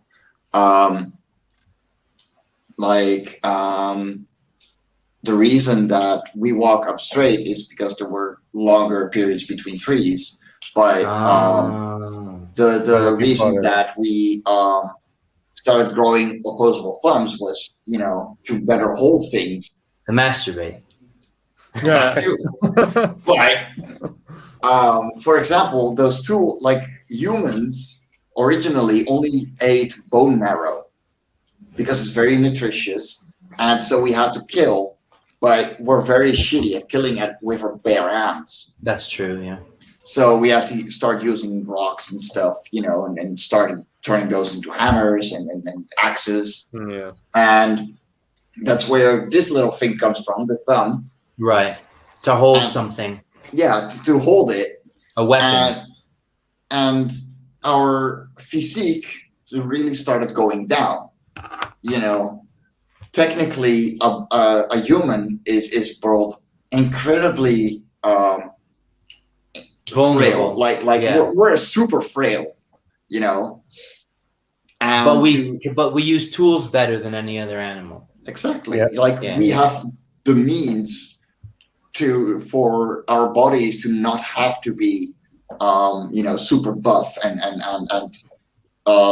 have for example, our shoulder blades locked in place in order to make our ability to hit things a lot stronger, you know, which Neanderthals did have. Like they split up from us, and that was one of the traits that they had compared to us. Is that, Mike, is that why other primates like chimpanzees and gorillas that are obviously much stronger than us, is that why they have really wide shoulders? Yeah, because like their movement is a lot more stabilized and to generate more force. Yeah, that makes sense. And you got to keep in mind that they when you look at tree-dwelling monkeys and apes, they will have way thinner shoulders, you know, because they have to be able to do this in all possible directions, pretty much.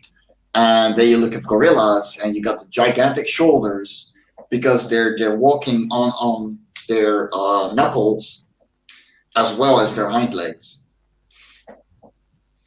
Yeah, that's right. Yeah, good point. Yeah, I just want to know at what point the cats grow abs. You know? Well, when they start doing kitty CrossFit, that's fine. Yeah. When they find out that large dogs are indeed dangerous in groups. Yeah, I like the kitty CrossFit idea more.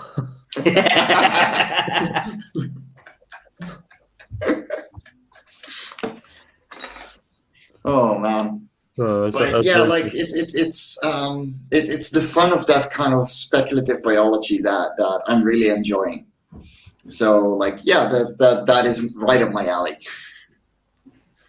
Yeah, I like it. It's like no one else has done it in CG, which makes it a really cool idea. Yeah. And like from what I can think of, like no one's really done it in entertainment in general. Like I used to have a few children's books that were like the same speculative biology theme, but it wasn't like this. It wasn't really entertainment. It was like No. more. It was like somewhat serious, you know. Guys, I posted the link to Rokan in the chat. So we've actually got a few people watching right now, so that's nice to see. Yeah. Go check it out if you haven't backed. I thoroughly suggest you back. I have. It's an awesome looking book. I can't wait for this project to come out. If you have backed, go and grab one of those add-on tiers and get drawn into the book quick before it's done. Before the art for issue 1 is done, we're offering that option. To see it, you got to click on it and go through the whole thing. It's annoying, but you know. I'm not going to do that right now because I'm logged in and I'll. Yeah. We don't want to show off the personal info. But yeah, add-ons on that campaign, guys, looks really cool. Let's check in again on the main event for tonight, Life on Cora. Well, it seems like we're stuck again, but that's okay. Back. I mean, one more backer, guys. 9 hours, and we're gonna unlock another postcard bookmark. Did it go up? No, I think that was we're still at 39, but that's okay. Hey, we crossed 500% though, so that's 2,524 euros, guys. Holy crap! That does look pretty. How many pages is it? It's a 32-page book, okay. But except for the first issue, which was 22 pages, the 2 other issues before this were 32 pages as well. So that's the length that you like. Yeah. Cool.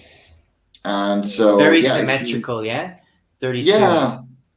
So it's an even number. You can divide it by 2 a bunch of times. Yeah, it's a very symmetrical number. Yeah. It's has a lot of dividends.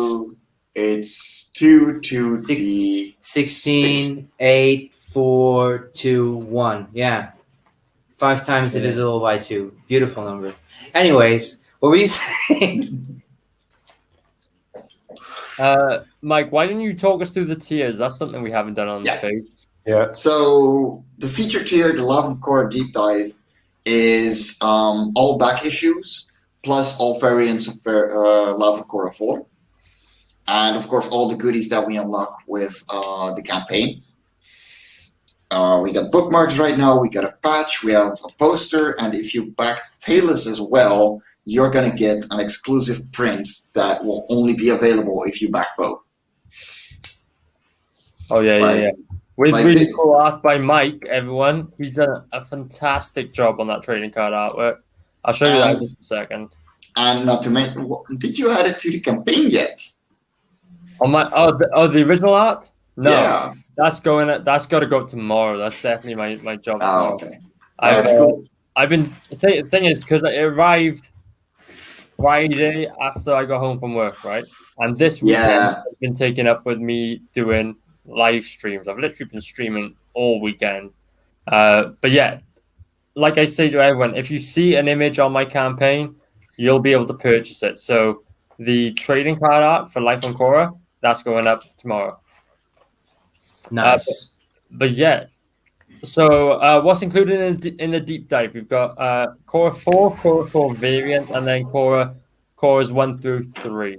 So you get both variants. You just select either of them, but you get the entire package when it comes to the comics. Very cool. So how many issues is that in total? How many variants are there?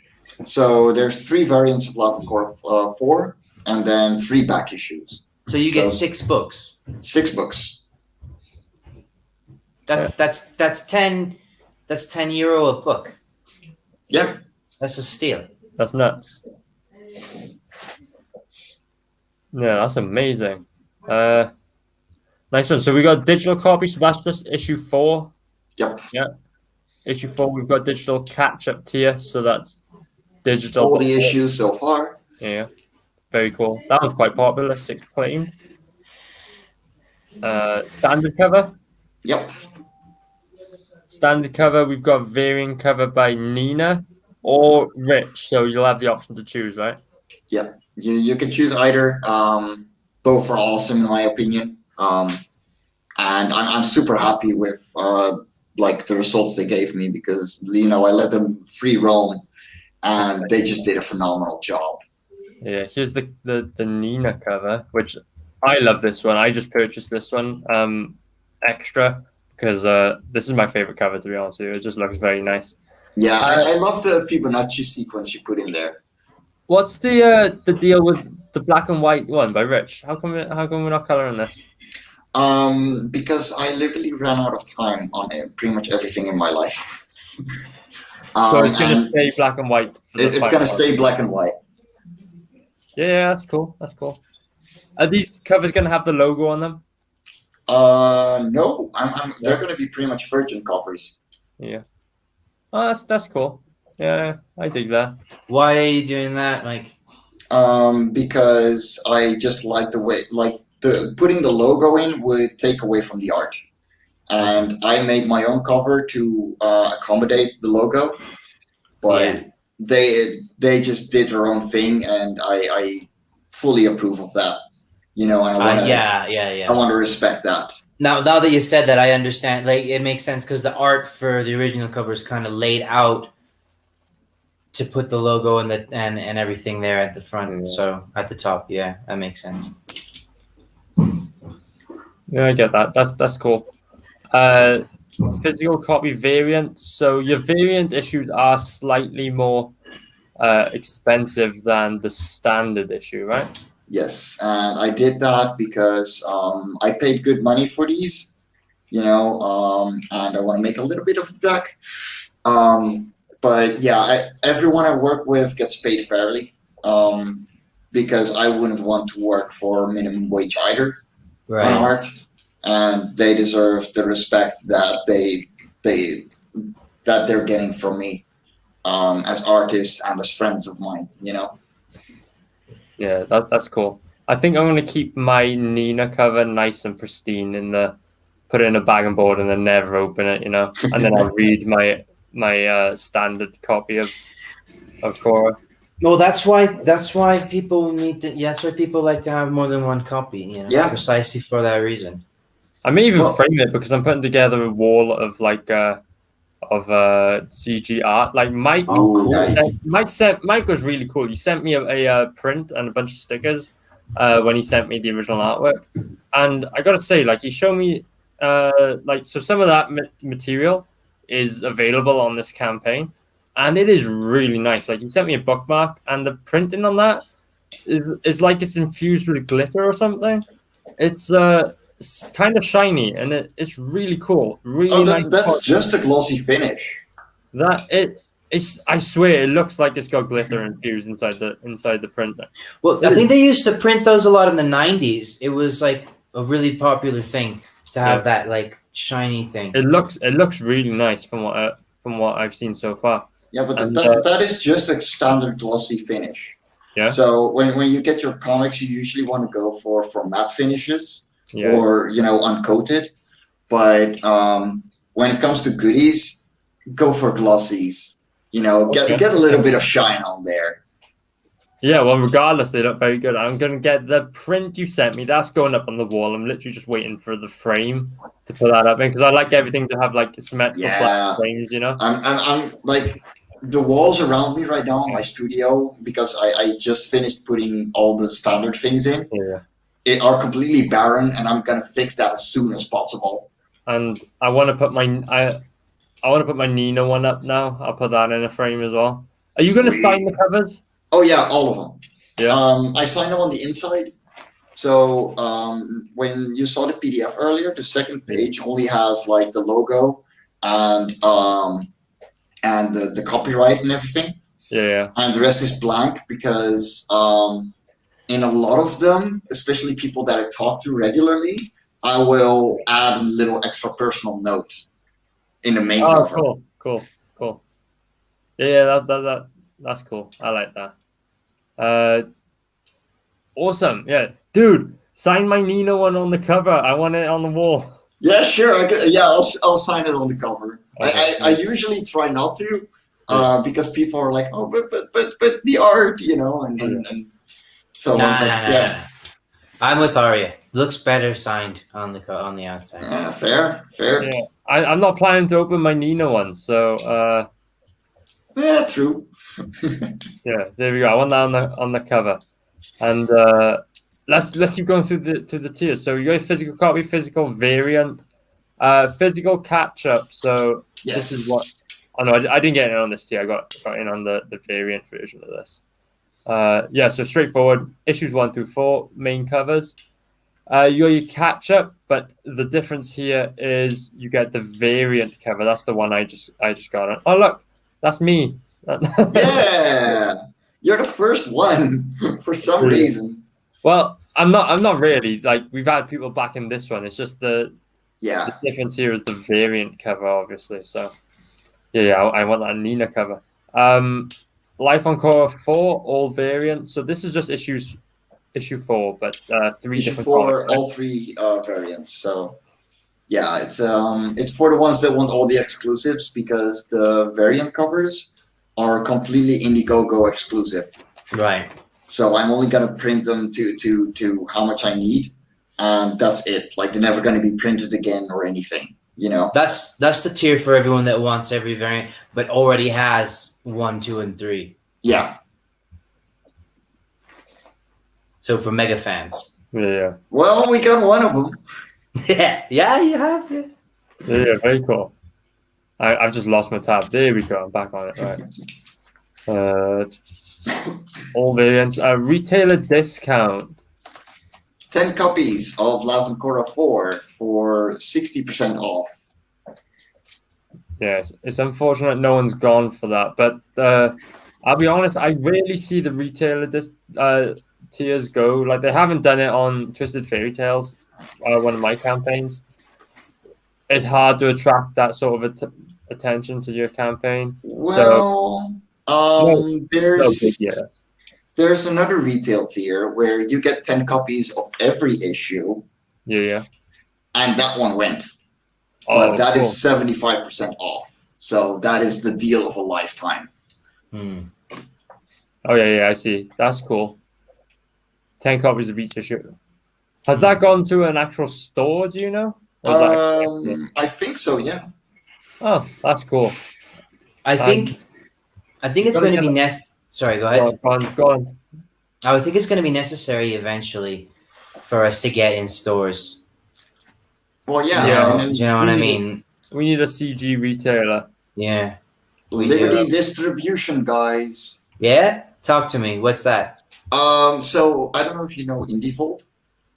Yeah, a little bit. Yeah, so Varian, the creator of IndieVolt, started Liberty Distribution, and so they will distribute independent comics, and they will they work on a trust basis that they will only make comics available to comic book shops that they're linked to when they have the comic in stock. Right. So and yeah, you could just hit them up and be like, hey, I want to I would like you guys to distribute my comic, and you can send them like 150 copies or something, depending on the size of your book, and then they will make it available for the comic shops to order. Oh, that's cool. Are you running forward through that then? No, because I'm kind of talking to Randy Zimmerman about Life on Cora on Arrow 4.0. So that will be nice. Yeah, it's probably going to be a next year thing, because he's really just setting up and then getting into the rails and everything. But I would love to see it go through him, because it would save me a lot of headaches, and I got plenty having to publish in the Netherlands. Yeah. That's cool. What other tiers have we got going on here? We've got original artwork. So every single page is traditionally inked by myself. And when you back this tier, I send you the Google Drive link with all the black and white pages. And you can select the one you want. I'll reserve it for you, and it will be in your package. First come, first serve. Cool. Nice. A full commission, so custom artwork there. Yeah, so I will draw pretty much anything you want me to, and I just enjoy those kinds of things. So yeah. Very cool. Black and white commission and main cover. Oh, but A3. I see the difference. Yeah, so it's double the size. It's extra big. Tell us about the plushies. We've sold one, which we've got a few hours left. It'd be cool if we get some more of these sold. This is a really cool. Go on, yeah. On one of the first streams I went to, I was talking about the plushie line that I'm already making for this series. And the reaction was so extreme that they were like, dude, we want plushies of the Rock Dude. And I was like, okay, I'm going to make 5 available. And if I can't make them myself, because I'm actually pretty good with a sewing machine, I will outsource them. And, you know, they're not going to be cheap. But you will get one of the most exclusive plushies in the world. And so I tried the prototype and realized, like, okay, by the time this campaign would be over, I would finally be able to put this, you know, as a tier with a working prototype. So I went, no, I'm going to outsource this. And I found one. I'm not going to make any profit on these, but I'm keeping my promises. That's a lot more important. So, like, the 150 euros is what I'm paying for them as well. But they're 16 inches or 40 centimeters. So, like, they're big. They're big Rock Dudes. That's really cool. Who else is there in tier like this? No one. No one I can think of, at least. Yeah, dude, if this stays at just one backer, then that one backer has the most exclusive item out there. Oh, yeah. Would you, are you going to continue to make these then and take these figures out to conventions with you? Yes. Yeah. I'm actually talking to a manufacturer in China to get 100 Otzi plushies made from Love and Cora 1. And I was already talking about it, so that's why we got to talking plushies in general. So I made it a stretch goal for $4,500. And yeah, it's Do you have an image of a plushie? No, they're still in the prototype phase. Okay. Like this satisfied convert says, just back like on Cora and tailless. You are the best, sir. Did you do that right now? I'll refresh the page, and we'll have a look. It's not showing on my end. You might want to check your email to see if you get an email confirmation of your pledge, because it could be that the transfer didn't go through. Oh, it went up on my campaign, so thank you, dude. I just noticed you got one extra backer.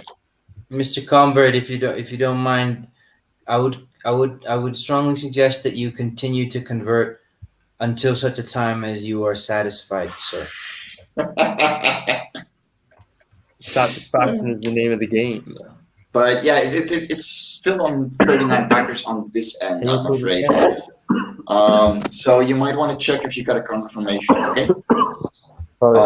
If it doesn't work, hit me up, and we will settle it through PayPal. Yeah, that's a good option. You know, I will happily settle it through PayPal. That's no problem. I'll never be satisfied. Neither will we till we see the numbers. All right, Anarchy. Well, there's something to be said for that, though, because dissatisfaction is what impulses you to keep working. Yeah. Yes. I think you're right. Mike, if there's is there any last things we can add to our Life on Cora pitch before we close up the show? What are you talking about? We're not going to go for 8 hours? We're not going to go for 8 hours tonight, but Mike, now I have 8 hours that I need to fill of my life. Oh, okay. We can just hang out, but I'm actually going to be with Shinobi. No. Cal Jameson. No. No? Rob Niobe. Niobe? Someone else. Yeah. Yeah. At 3 a.m. my time, so in 1.5 hours, just about. Wow. Yeah, that's not fun, but you gotta sell it. You have How to. many backers have we got today, Mike? Overall, Sorry? from the whole day, how many backers have we gained today? 4 or 5, right? I gained. Hold on, let me check. I think we gained 4 so far. That's very good. That's very good. Yeah, if the satisfied comforts, I gained 4 backers today. Nice job. That Yeah, is very good, sir. Hopefully, Thank you you'll all. get some more. like the satisfied comfort, please check because it's really not showing on my end. It's still stuck at 39, but that would mean that we unlock another stretch goal, and you would get another bookmark. Yeah. That's something we should mention before we close. The See, that would be too satisfactory for him. He just doesn't roll that way. Maybe he's one of those guys. He's committing to the bit. Ruin it for the rest of us. Oh, okay. Bucket number 49. There we go. Hey, have we got it? And 1 second. Not properly updating. No, it's still saying 39 for me. Confusing, but we'll have to sort that out. So Yeah, we'll sort it out. At 40 backers, we're gonna get another highlight bookmark from the main creature from Lava Cora 2. And at 45, we're going to get the ones from Lava Cora 3. So we got a couple of hours. There's going to be about a month of in-demand before I send out my first shipment. And after that, like the stretch goals go away and everything, because then my copies will be in America and we will start fulfilling from there. And yeah, we're gonna fulfill really quick. The comic is done, the proofs are underway, and we're just about like ready to fulfill. And I really hope we're gonna unlock these bookmarks because I'm not a trading card guy, but I'm really enjoying these bookmarks with creature highlights. Yeah. The one you sent me, top quality. I love it. Got a dissatisfied said got an email. He'll try another time. Okay, yeah, no worries, dude. You know what? I appreciate anyone who backs while they're on a Blackness stream. That's really cool. It helps out the show, helps out the crowdfunder, the artist. Yeah, really you're incredible, man. Thank you. Yeah, make sure you get that sorted out because Life on Cora is not one you want to miss out on. You don't want to risk missing out on this. But it's cool that I will wake up and I'll see this page in demand. I'm gonna check it because I really want to wake up and see that back account and the monetary count go up. That would be amazing to see that we unlock that next stretch goal. I'll be honest with you, it'd be amazing to see us unlock the next stretch goal, get the full collection of bookmarks. That's what I really want. And I don't think we'll get that far on this stream tonight, but it was cool seeing we got a few backers here. Yeah, tonight. Thanks so much, guys. You're incredible. And glad to see Taylor's go up as well. Like, Thank you. Awesome, guys. Singular. If you haven't checked out Rokon yet, it's one of the most beautiful books that I've ever seen. Looks great, yeah. And I have absolutely no doubt about Ben's writing ability. with the way he's able to talk about it. So seriously, guys, Thanks, go check man. out Rokan. I appreciate I'm that. so excited for Rokan, and I'm excited for Sin Killer now. Yeah. Let me. I'm gonna do this thing. I'm gonna bring up the bloody what do you call it? Thank you, Aria, for the screen, yeah. record. I saw that you back it. Thank you. Yeah. There we go, guys. Let's check out Sin Killer one more time. This looks amazing. It's gothy Christian imagery. This guy can bring back creatures from the dead. He's fighting these crazy looking demon guys called the Sins or the Sinners. This is just a really cool looking book. I'm glad you brought this to my attention today. Super affordable as well. Look, €12, £10 for the main book. That's nothing. And you're doing really well. Congratulations on your big launch day, dude. 6 baggers, 28% funded. I need you to check back in with me later on in this campaign. I want you back on the show, and we'll see how much this has gone up. Yeah, sound good? Thank you. Yeah. I'll be home all the week. I'll start the other week to I'll be back to work. So yeah, I'm free all the week. I've got to only to see the streams that I'm going to be, and yeah, we can work this out. Thank you. Yeah. Just let me know when. Yeah, let me know whenever, and we can even set up a Sin Killer specific show. That'd be cool. Just let me know what you do. Anytime. Tell me when. We have at the same time. You're in UK. I'm in Portugal. We have the same time. So yeah, I'm good with the time. Thank you. Okay, sounds good. Then let me show you one more time. Rokan. This I can't wait for this book. I'm waiting anxiously for my delivery. Oh man, I still want one of those pages. I swear to God. Yeah. Oh dude, this art is amazing. Check this out. This is some inspiring shit. This is good. Guys, every page is traditionally painted, not inked, not penciled, painted. Okay? Well, yeah. That's some next level. It's artwork, right? Absolutely incredible. Yeah. And Max, thanks for coming on as well. I know you were rushing in from the flea market, but that's really cool. Thanks for joining us. Yeah, thanks for the invite, man. It's always a pleasure. No worries. Yeah. Guys, Always awesome to see you, man. All the links to the books are in the description and in the live chat now. So if you want to find anything, just check there. I'll remind you about my campaign. The Adventure of Taylor in Outer Space is doing really good. We just literally hit 51 backers. Like yesterday, I was on 50 backers, 50 days left, and then as we went to 49 days, I got an extra backer. So we're keeping it perfectly even right now. Let's get it up to 100 like this. Come on, dude, guys. That's the goal. 100 backers. Let me see something I was impressed with Rokan. Check this out. 148 backers, dude.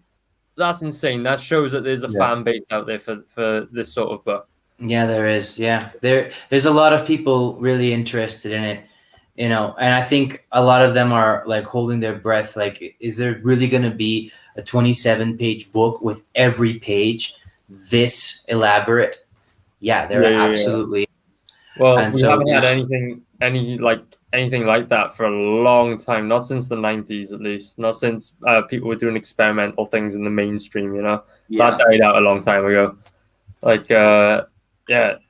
Sam Keith, the Max comes to mind. These weird art styles, that just blew up on the indie scene, and that's the kind of vibe Rokan gives me, and I've been long craving for something like that again.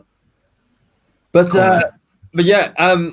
I suggest everyone who's interested in the Tails campaign, head over to my Twitter account. You can find me at Aria_Blackness on all social media.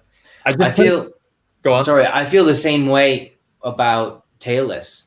That's a niche that's missing. The anthropomorphic animal in space with the laser gun doing cool shit. We haven't had a good one of those in decades either. So doing cool shit. So thank you. Yeah. I like that. But yeah, everyone should check out my Twitter because today I posted a poll. Basically, two parts to it. I was saying that we're coming up on 50 Kashi figures sold.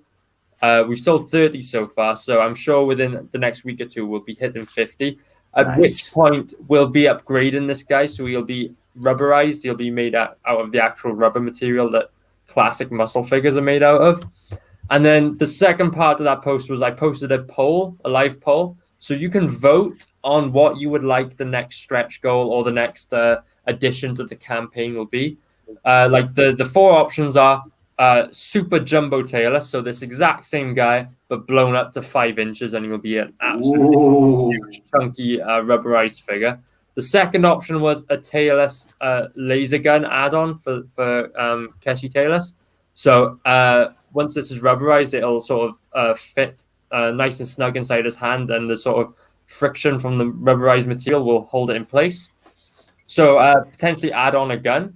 And then the other two options were to start development on either Keshi Jet or a Keshi Siren, which is the beautiful demons at the bottom of the page there. So I think right now it's neck and neck between adding a Siren and adding a gun. So anyone who backed the campaign, I suggest heading over there and just throwing your 2 cents in because you'll influence the campaign then, and that'll be really cool. But also, everyone who hasn't yet, I'd suggest backing the Adventures of Taylor in Outer Space. I think it's pretty cool, you know? I think this tier right here, Galactic Bundle, is pretty cool.